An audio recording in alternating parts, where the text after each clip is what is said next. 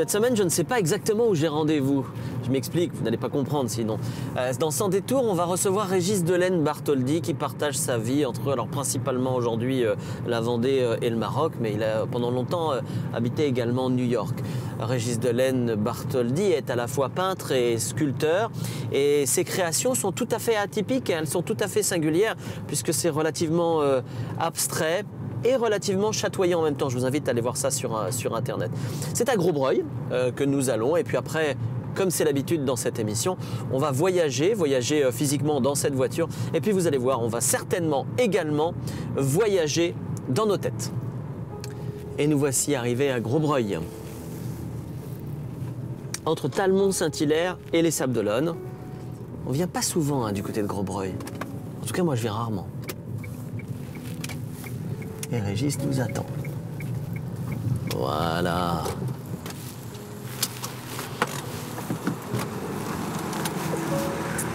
Bonjour Régis. Bonjour. Merci de m'avoir donné rendez-vous ici à Grosbreuil parce que je viens pas souvent, ce que je disais. Très heureux. C'est vrai. Rarement. Et alors, on s'est donné rendez-vous à Grosbreuil parce que c'était pas très loin du port de la Guittière où on va aller à Talmont-Saint-Hilaire. Mais vous, Grosbreuil, c'est important pour vous? Alors, le rendez-vous... C'est symbolique. C'est symbolique et au moment où on a pris ce rendez-vous, ce qui m'intéressait, c'était plus à la fois cet aspect de rétro-littoral, cette espèce d'aspect ouvert sur la mer, ouais. Et en même temps, Grosbreuil, géographiquement, était placé précisément là où est née la famille de ma maman. Étonnamment. Je suis issu de deux familles, dont une famille qui est issue de Grosbreuil. Voilà. Alors, on a le droit à un Vendéen international aujourd'hui dans l'émission, puisque vous partagez votre vie entre la Vendée et le Maroc. Vous avez habité aussi à New York. Vous allez nous raconter tout ça. On monte dans la voiture? Volontiers.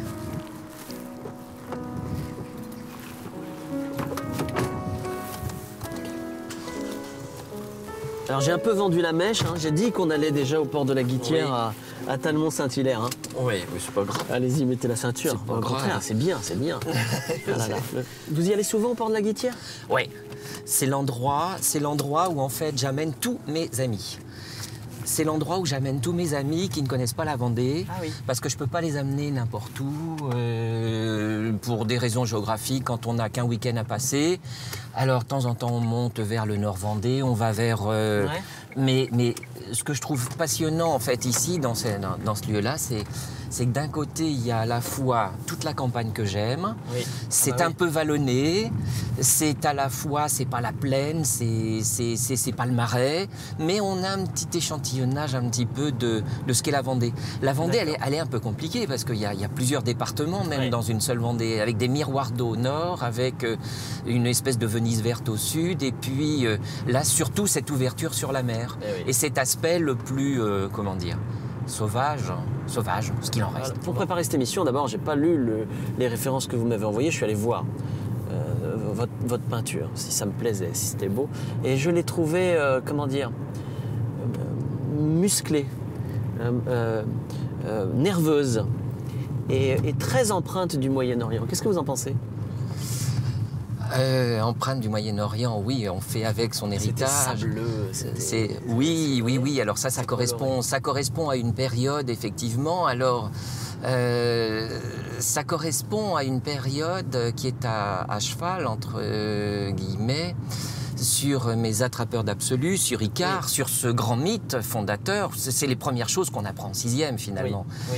Toute cette mythologie, et puis tout ce rapport au monde. C'est-à-dire que peut-être que dans l'enfance, on se nourrit des choses qui sont les plus proches, et puis on s'intéresse aux mythes. Et puis, ce qui m'a intéressé dans ce travail-là, à travers Icare, c'était cette espèce d'élan, effectivement musculeux, cette espèce d'homme... C'est musculeux ce que vous faites, oui. Oui, c'est musculeux et abstrait, il faut que vous allez voir sur Internet. C'est musculeux et abstrait en même temps. Peut-être, oui. On a des formes humaines qui ont envie de s'échapper, quoi. Ce qui m'intéresse, c'était de retransmettre, en fait, ce qu'est l'homme, finalement. L'homme, c'est le mouvement. La vie, c'est le mouvement. Peut-être que Et c'est aussi la passion.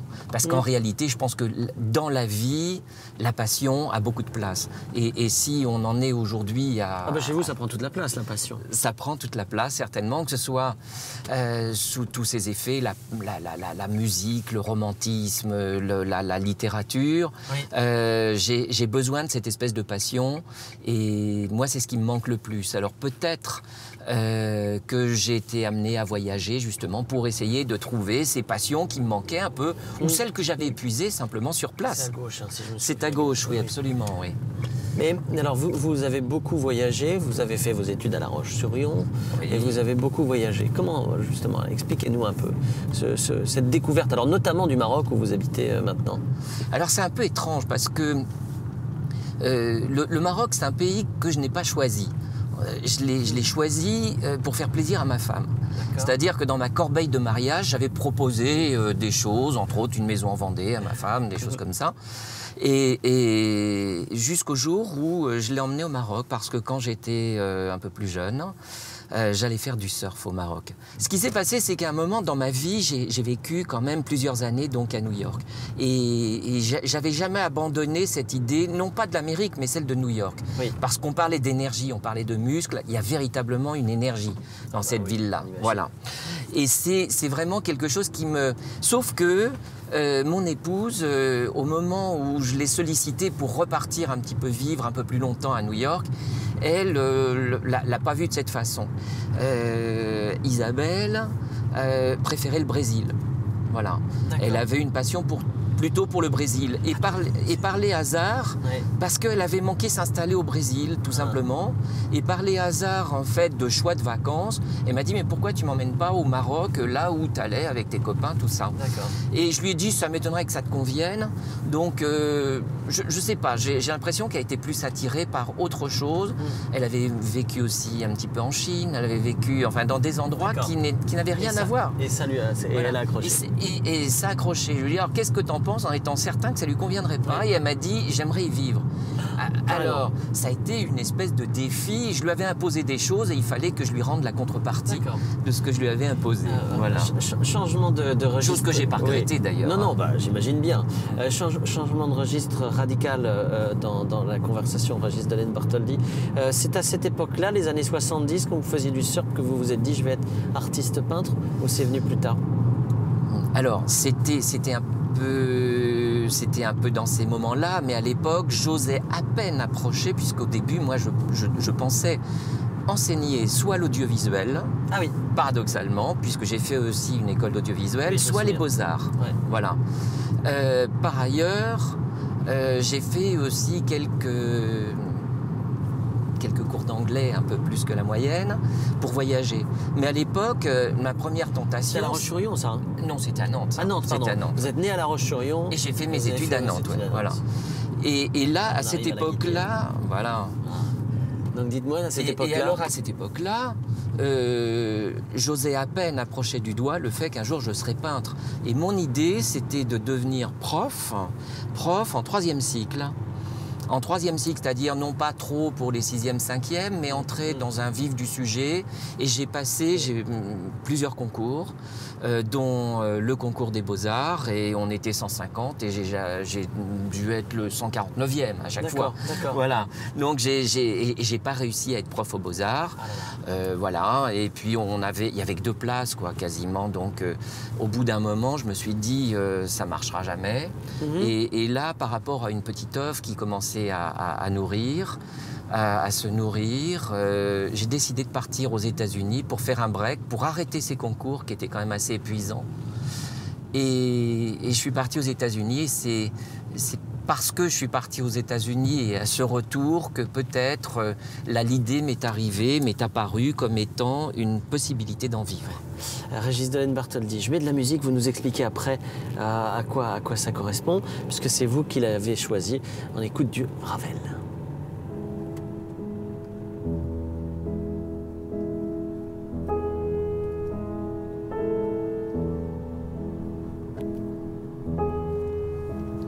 Alors, cette musique, je l'ai choisie parce que, comme vous l'avez compris, je suis très attaché quand même à cette Vendée.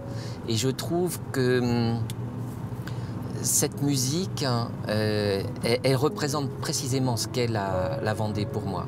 Alors, il y aurait certainement d'autres musiques.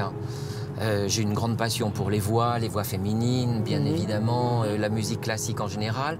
Mais ce Ravel-là en particulier, ce concerto en sol, cet adagio, parce que c'est à la fois tout ce flux, ce reflux que m'a proposé la Vendée.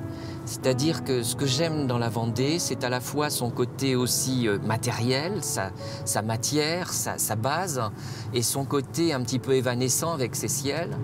Et puis en même temps, cette terre bordée d'eau, cette espèce d'infini qu'elle nous propose, cette aventure qui appartient aussi à beaucoup de Vendéens, qui est une espèce de tremplin vers autre chose. Allez, on écoute tout ce qu'on...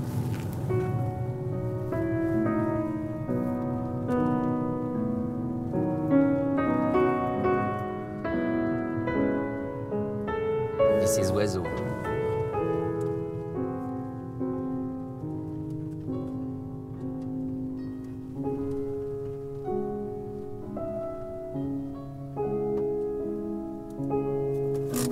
On y va? Magnifique. Allez, on va se promener. Ça marche à chaque fois, hein.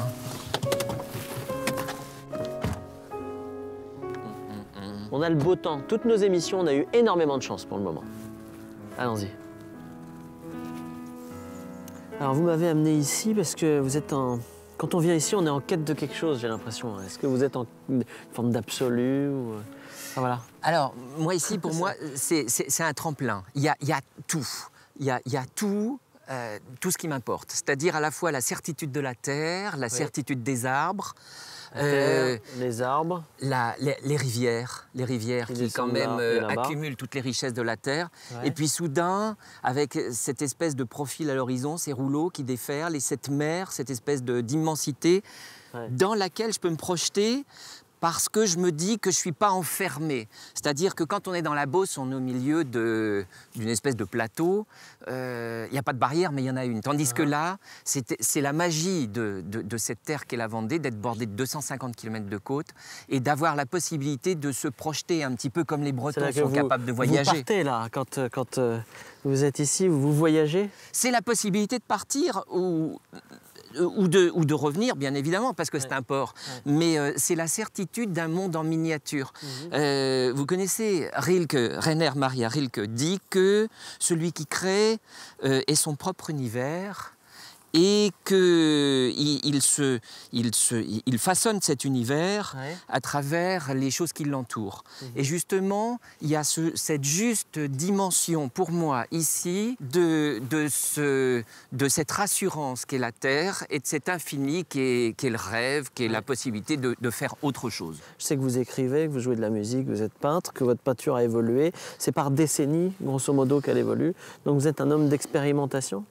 Oui, d'expérimentation, mais toujours basé justement en rapport avec cette terre, avec des certitudes qui sont par exemple mon lieu d'origine, à la fois ce dont je profite et ce que j'ai reçu. C'est-à-dire je ne me jette pas dans le vide sans parachute, et je pense que c'est ça l'intérêt de l'aventure, qui peut être la peinture sous toutes ses formes. C'est justement de faire avancer les choses, de se pénétrer à la fois de ce qui a existé et puis de se projeter dans quelque chose qui n'existe pas et qui va faire avancer l'homme. Peut-être. Ah, c'est beau ce qu'on nous raconte aujourd'hui.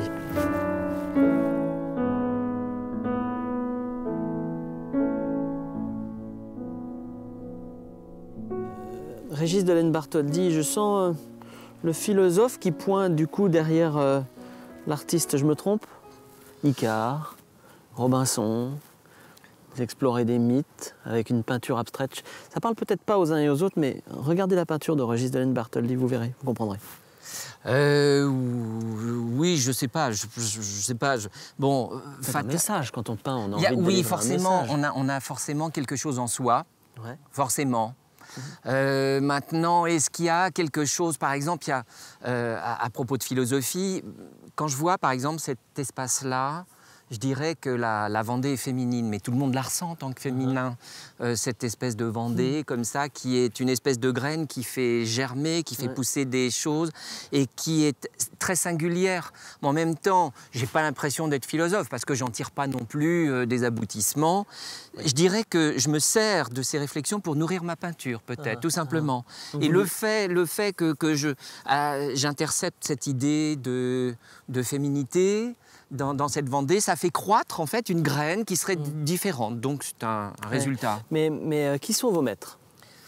Oh là, je crois que... Alors, attendez, je vous parle de maîtres en quoi? Je vais vous parler parce que vos références... En peinture, on va commencer par la peinture. En peinture, alors, on a quand même une chance extraordinaire. Il se trouve que pour avoir vécu dans des endroits très différents, on a un réservoir en Europe et en France particulièrement exceptionnel. Oui. Et que... non. Picasso disait que quand on est peintre, il faut en avoir absorbé 10 et être le 11e. Alors, je dirais que tous ces maîtres, en fait, sont aussi des rencontres.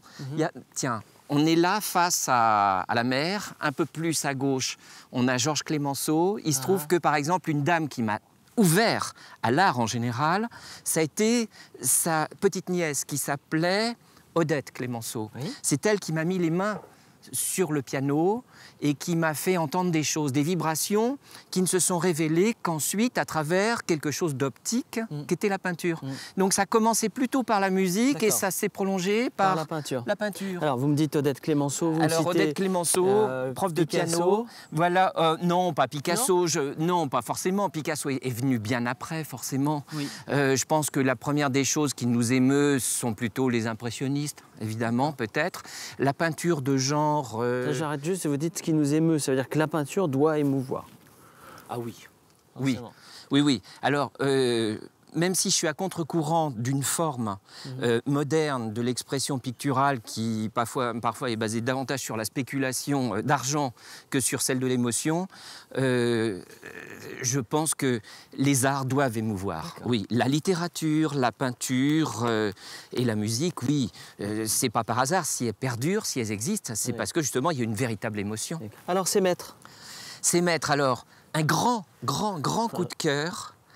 J'ai 15 ans, 16 ans, et à l'époque, il y a un peintre en Vendée qui s'appelle Albert Demant, dont on célébrait à l'époque le 50e anniversaire. Et pour rendre plus populaires les choses, chacun des commerçants de la rue des Sables à La Roche-sur-Yon met une toile de cet homme, de cet artiste, Albert Demant. Et par rapport à ça, il y a plein de choses qui s'enclenchent parce que je me dis que la peinture peut être autre chose. C'est-à-dire quelque chose dont je tombe confusément amoureux. Et puis je me dis, voilà, c'est ça la peinture, il y a une modernité dedans, il y a quelque chose. Oui. Et puis ensuite, je rencontre un maître, un autre maître, vraiment pour lequel parce que finalement, Albert Demant, je ne l'ai jamais rencontré, j'ai eu trop peur de lui. Et j'ai passé beaucoup de temps dans son atelier, et on passe encore beaucoup de temps à échanger. C'est...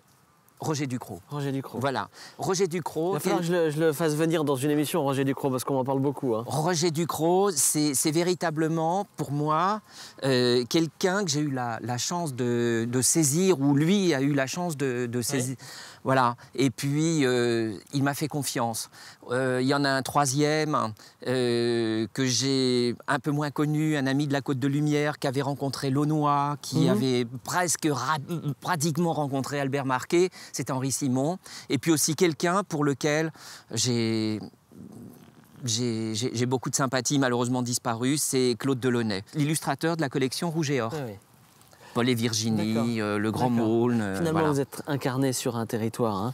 Vous êtes un Vendéen d'ici et d'ailleurs. On sent bien que les deux pieds dans la terre et les racines sont essentielles pour que vous puissiez continuer à peindre et à vous épanouir. Oui, j'ai vraiment besoin de ça. Et puis j'arrive à un moment maintenant dans ma vie où j'aurais même besoin de le transmettre, cette chose-là. C'est-à-dire que finalement... C'est une chance, vous avez des enfants et des petits-enfants. Absolument, voilà. Et donc c'est la raison pour laquelle je reviens un peu plus souvent, un peu plus longtemps en Vendée.